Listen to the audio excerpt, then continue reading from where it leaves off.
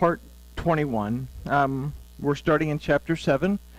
So we're kind of officially halfway there. So there's 14 chapters in Hosea, I think. Yeah. So we're getting there. Let's talk to our Elohim, and then we'll take a look. It's a short study, but there's a lot of information to absorb in the short study, so hopefully we can get it all in there. Father, we thank you for this opportunity to study your word, to learn from your prophets. And Father, we ask that you'll open our eyes, open our ears, and open our hearts so we can see, hear, and understand what your word tells us. And we thank you for it in the name of Yahushua. Amen. So, in the last study, we considered that even though Yisrael strayed away from Yahuwah, there were still some that made teshuvah and returned to Yahuwah when King Hezekiah, presented them with the opportunity to partake in the second Passover that was offered to those who had been unclean for the first one. In this study, we're going to consider the condition of those who refuse to make teshuvah, and what are some of the things that keep us from making teshuvah. Remember that Hosea was a prophet during several of the kings of Judah, and Hezekiah was one of them. And when they realized that they were in really bad shape, they all cleaned themselves up, but they couldn't clean themselves up in time to have the first Passover, so they invoked this second Passover rule that's found in the Torah, and they had that. But in that they had invited the king of the house of Israel, and he refused, but a lot of the people from the house of Israel did come, and we read that these people never went back. They stayed in Yehuda. So why don't we make teshuvah? What keeps us from making teshuvah? And this is kind of what we're going to look at here. And we're going to look at chapter 7, verses 1 through 5. There's a lot of verses in this, so we're going to kind of take it a little bit at a time. But verse 1 starts, "When I would heal Yisrael, then is the iniquity of Ephraim uncovered, and the wickedness of Samaria, for they commit falsehood. And the thief enters in, and the troop of robbers make a raid outside." So let's consider this from a little bit clearer format. We could read, "When my desire was for the fate of my people Yisrael to be changed, and to make them well, the sin of Ephraim was made clear, and the evil doing of Samaria, for their ways are false. And the thief comes into the house, while the band of outlaws takes away property from outside." So we can consider that even when Yahuwah wants to heal and restore Yisrael, their fruit shows him that they are still evil and that their worship is false, or because their worship is false. So Yahuwah has a desire to heal, but there's something wrong with our belief system that keeps that healing from coming into place. So they have allowed the true worship of Yahuwah to be stolen from within them, and even their outward appearance fades from the sight of Elohim. So what we consider from a more intimate point of view is that Yahuwah our Elohim is always ready to redeem, deliver, and restore. We must choose whether or not we allow it. If we are still clinging on to dogma and tradition that is contrary to the instruction of Yahuwah our Elohim, then our ways are false.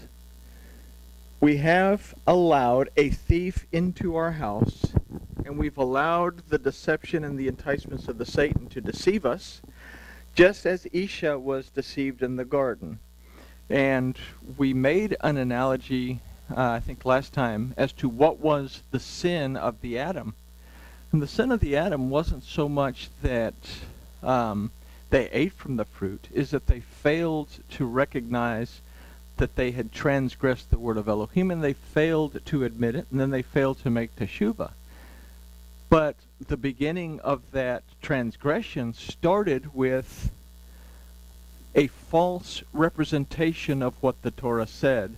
And instead of having been in the position where Isha and Ish had supported one another, to where Isha knew what the Torah said, there was no support there. There was no worship support.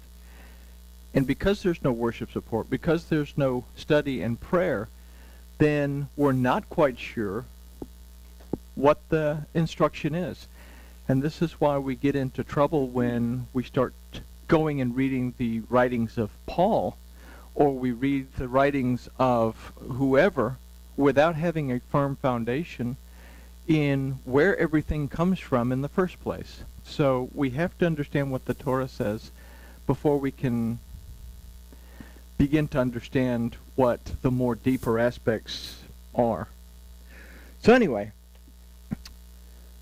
their ways are false. So we've allowed a thief into our house. We've allowed the deception and the enticements of the Satan to deceive us, just as Isha was deceived in the garden. The result is that we are stolen away by the falsehood and are no longer spiritually visible in the sight of Yahuwah, the mighty judge who has the authority to deliver and to restore us.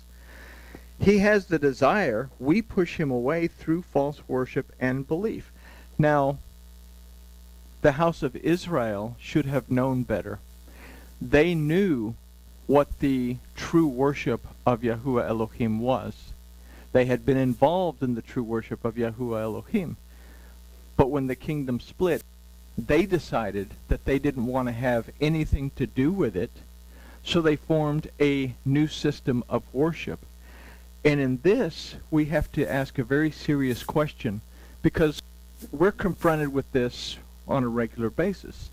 They knew what the Torah said, but they decided they were going to do their own thing.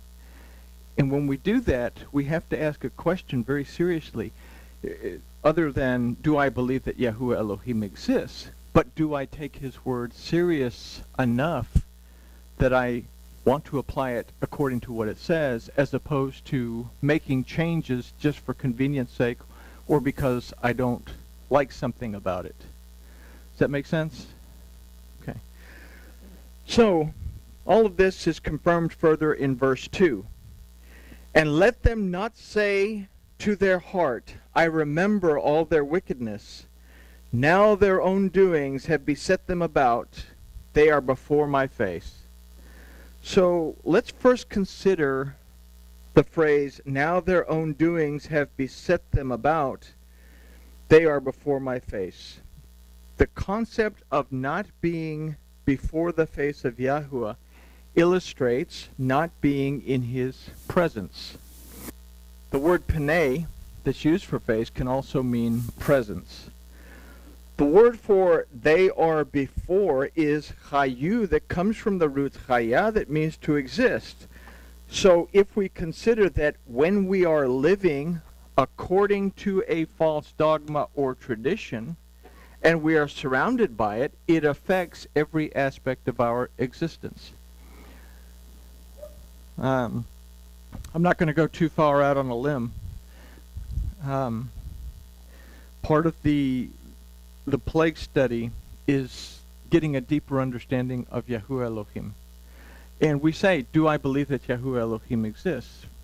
But another aspect of that is, do I understand how my relationship works, how prayer works, and this and that? And if I don't understand how that part of it works, then it's no big deal from a off point of view. It's no big deal to just do it, to worship any old way, because yes, I believe in God, but I can worship any way I want and I'm okay. So, but because we don't understand the greater picture of our relationship with our Elohim,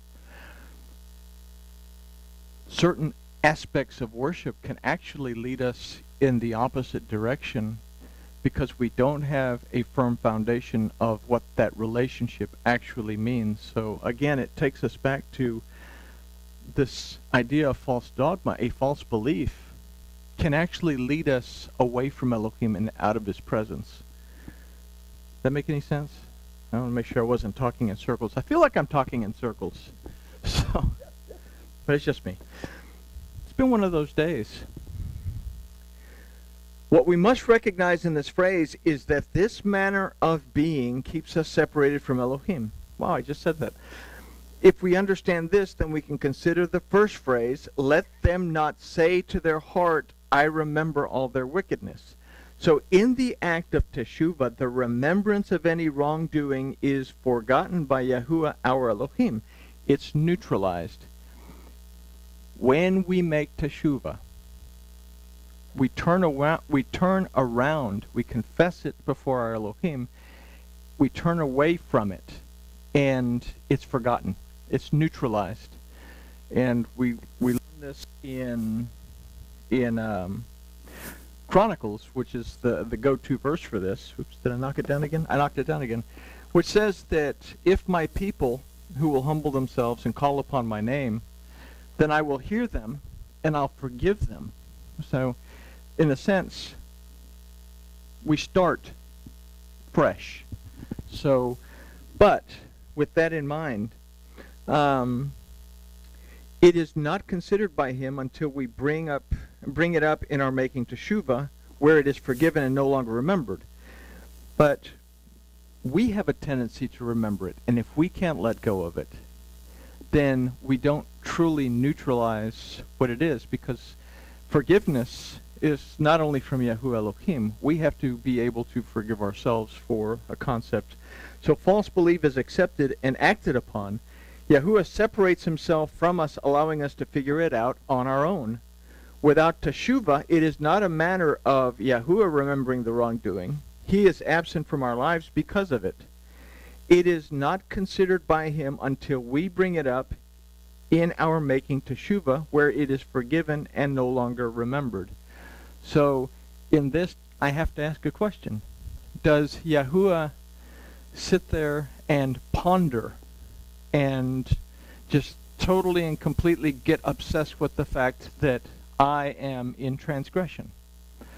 Or does Yahuwah back away until I figure it out? And then when I figure it out, and we go back to Chronicles, where Solomon's prayer was, if the people will confess before your name, if I say, I remember it, then I confess it before Elohim. And what does that mean? We have a tendency to say, oh, I've sinned, forgive me, or I've transgressed, forgive me. But does that mean that we actually understand exactly what we've done? When I say I have done this, this, and this, specifically this, this, and this, I'm telling Elohim, I understand exactly what I've done. It's just like prayer. When I pray for someone, I want to know what their first name, what their last name is, where they live, because I want to be specific in offering up that prayer. And when I make teshuvah, I want to be specific in what the transgression was, so that I'm clear on what it was, Yahuwah is clear on what it was, and it is completely and totally neutralized or absolved, or whatever you want to call it. I feel so Catholic now. Absolution, is that what they call it? But does that make sense? Okay. Let's see, from this end it makes sense, but I don't know if I'm getting it out of this thing very clearly. The brain and the mind, the brain and the mouth haven't been communicating here lately. So we must plant right belief into our lives. What we can consider from this phrase is the excuse that we ourselves make that Yahuwah won't forgive my wrongful acts. So why bring them up, confess them before his name, and make teshuvah? We must understand that to exist out of the Torah of Yahuwah is to exist outside of his presence. This is the only one excuse for not seeking teshuvah. Are there people that actually say, I can't be forgiven, so I am not going to repent? Why should I confess? I'm not going to be forgiven. And this is a deception. It's an enticement of the Satan. that keeps people separated from their Elohim. So this is telling basically the northern kingdom, don't think that you can't be forgiven. You can be forgiven. All you have to do is make teshuvah. So, verse 3, they make the king glad with their wickedness, and the princess with their lies. So the first phrase of this verse literally says, they make a king for themselves. So a question to ask before considering this verse is, who do I make my king? What rules over me? If I say that Yahuwah is my Elohim, then he is the one that rules over me, and it is the rules of his kingdom, the Torah, that I must seek to incorporate into my life. If it is my family, my friends, the strangers that I meet, then the word of Yahuwah can be put aside to make them happy. And I see this a lot, that people recognize what the teaching is actually saying, but because they are in a religious community, a denominational community, they're not going to make any changes because they're not going to rock the boat at home, so they continue living in a very difficult situation. And so, who is my king? Who dominates me, so to speak? So in this we make princes for ourselves as well. We are ruled by the big and the small things in life. The majority of the northern house of Israel did not go to the Passover offered by Hizkiyahu because they were loyal to the king. The choice will always be ours to make as to who or what rules over us, and this becomes further illustrated in verse 4. That says, they are all adulterers, as an oven heated by the baker, who ceases to stir from the kneading of the dough until it is leavened. So let's first consider that we are the baker. If we cease to knead the dough, we cease to seek truth, or true understanding of the word of Yahuwah.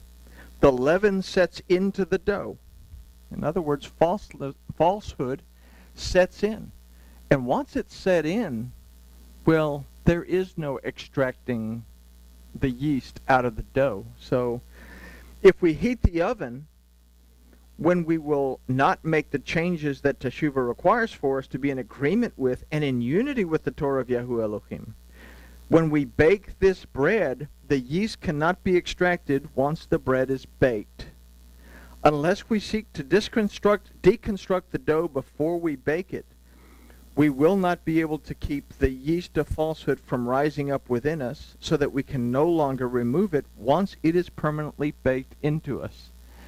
And this is the idea of so many doctrines, dogmas, traditions that are so firmly entrenched in us that we don't know the difference between truth and falsehood. And we all have this within us. All of us have an amount of false dogma that we hold on to. Again, we are unaware of it, but when we become aware of it, we have the choice to either change it or keep on going with it. And sometimes changing it is a very difficult thing, even amongst people who are seeking to be Torah observant. I can find something in the Torah that requires a change, and I can tell it to other Torah observant believers, and they can really, really have a problem with it, even though they recognize it, because the tradition is so firmly grasped that they don't want to let go of it. Whether it's true, whether what I'm telling them is true or not, if it's true, they're so entrenched they don't want to let go of a dogma or a tradition. In fact, we were talking earlier about Shabbat. We keep the 7th day of Shabbat. And for us, we keep Friday evening to Saturday evening.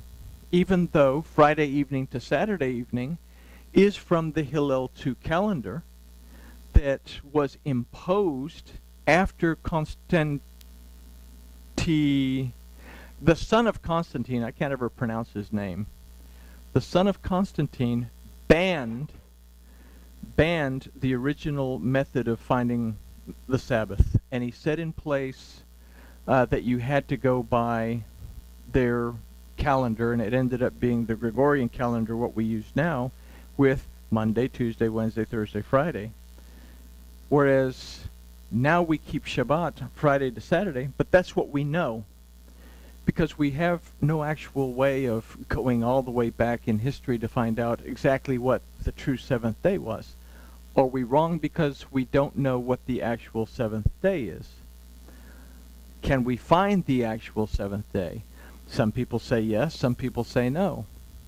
There are several books out by very prominent writers that say we would have to go all the way back to the beginning, starting with the first day, because the count never changed. So how do we know? So we accept what we have, because that is the only way that we can try to be observant. Does that make sense? But if we were to discover the means of finding Shabbat, and all of a sudden Shabbat falls on Wednesday this week, and then the following month it falls on a Tuesday, people would freak out. That's not the seventh day. The seventh day is Friday or Saturday, right?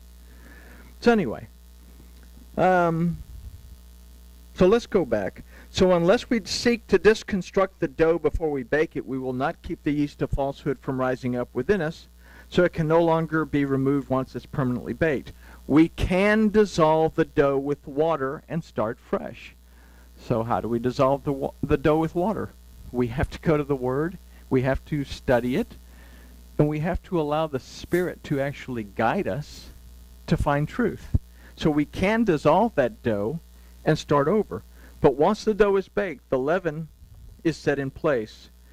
We must again consider that the leaven can include any false idea that we allow to take root, including ideas concerning health, relationships, finances, etc. It doesn't always have to be about Torah. We can allow leaven that deals with our health, leaven that deals with our finances, leaven that deals with our relationships, to also begin to affect the lump. And then we can bake it, and once we bake it, well, we're going to get the illness that we basically asked for. We're going to get the financial situation that we asked for. We're going to get the issues that we asked for. So we have to be very careful as to what we allow in the dough that we're putting together as a baker. Does that make sense? All right, so we become adulterers in that case. We mate ourselves to something other than Yahuwah Elohim. So verse 5, on the day of our king, the princes make him sick with the wineskin of wine. He stretches out his hand with the scorners. So the word for day is yom. Now yom can also mean time. I mean, we say yom means day, but it can also mean a time. It can mean a season. So we could take this to say, in the time of our king. So considering the concept from the last verse, we can formulate an idea that says, in the time that we allow something other than the word of Yahuwah to rule over us.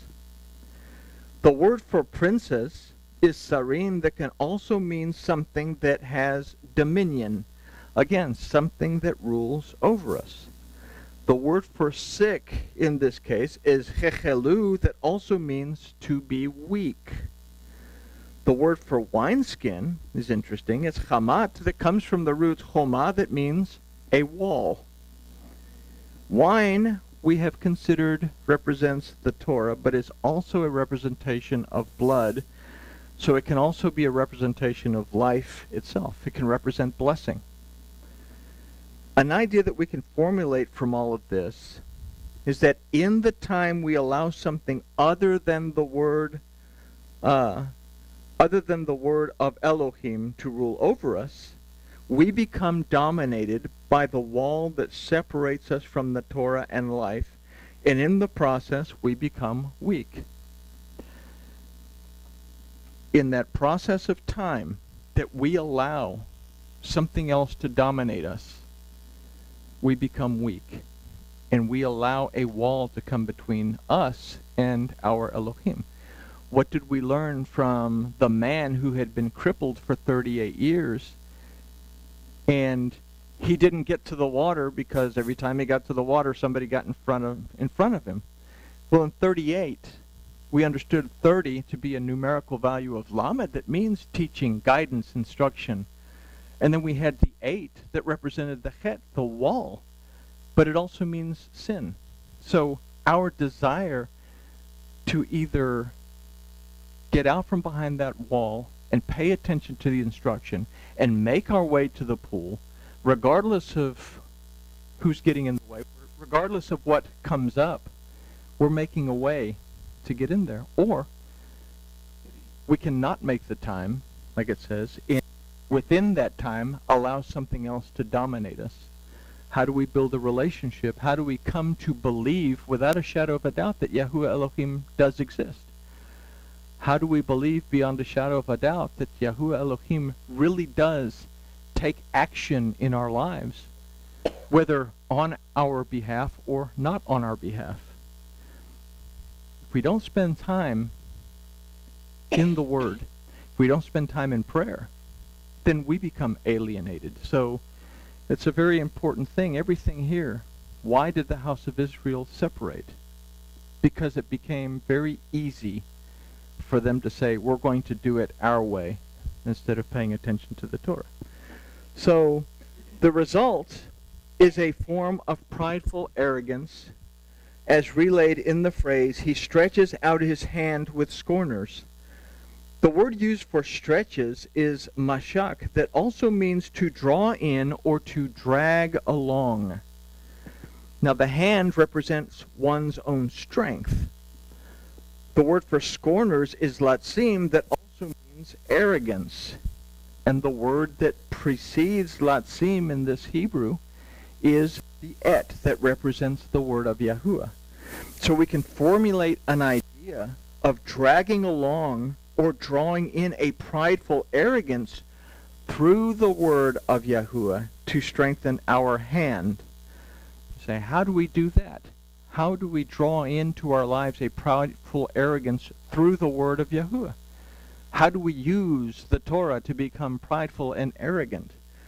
We can justify anything with scriptures when we take it out of context. And in the last study illustrated the concept of dashing the Torah to pieces, making a dogma out of a single verse.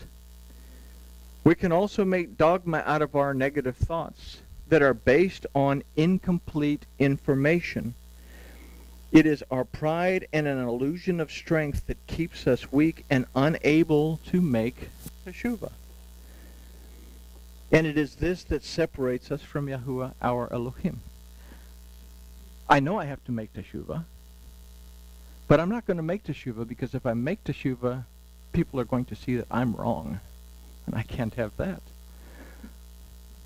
So, or too many people depend on me. I am all that and 2 bags of potato chips. I'm not going to make teshuvah. I'm going to simply scoot it under the rug because it really doesn't make a difference if these people know or not. And I talked to, I think I told y'all the story, I talked to a pastor several years ago who had done a sermon, and he said, in effect, that Sukkot and Passover happened in the same month. And I can see how you would make that claim if you don't understand the difference between the sacred calendar and the civil calendar. You know, the civil calendar, well, Sukkot is in the first month of the civil calendar, and Passover is in the first month of the sacred calendar. So I could see that. So I came up to him and I said, you know, these things are like several months apart. He said, oh, I didn't realize. Well, that's okay. They don't need to know. And this is what I'm getting at. If I make a mistake, and I've done it several times, I'll come in here and I'll say, I made a mistake, and we'll correct it. That's the responsibility that we have in our relationship with our Elohim. I feel like I got a ponytail. So. But anyway,